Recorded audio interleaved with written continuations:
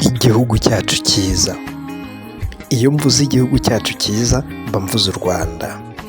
U Rwanda umugongo mugari uduhetse, umugongo mugari twabonyemo ibyiza byose, niyo mpamvu natwe tugomba umusanzu wacu.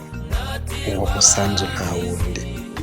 Niyo mpamvu muri iki gitondo nazindutse ngiye mu gikorwa cyiza cy'amatora. Amatora ya Perezida wa Repubulika y'u Rwanda ndetse n'abadepite. Muri aka kanya tuvugana igikorwa ntakirangije. Igisigaye ni ukubyina intsinzi. U Rwanda ni rweme.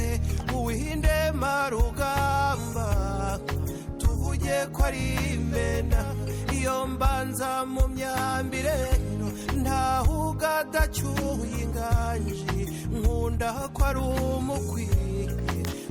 Aya mashusho mubona na Captain Ian Kagame ubwo nawe yari ari mu gikorwa cy'itora.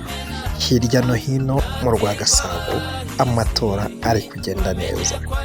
Ni amatora azira umwaga. Iki ni cyo gihugu cyacu cyitwa u Rwanda. U Rwanda rwacu Imana yaruhaye umugisha. Natwe abaturage tugomba kurwitura ibyiza igihe cyose. Ngaho rero gutora ugatora neza niyo ntego.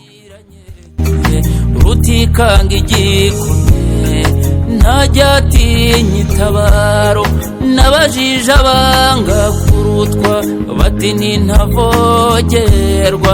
Mpamiriza imbabaza ngwa mu nka y'intajomba, ndavuga ko ari imena nongere ndakimena, ndatirwa abahizi bamenye ko ari imena, tuvuge ko ari imena, imena y'urugamba. Ndatirwa abahizi tuvuge ko ari imena.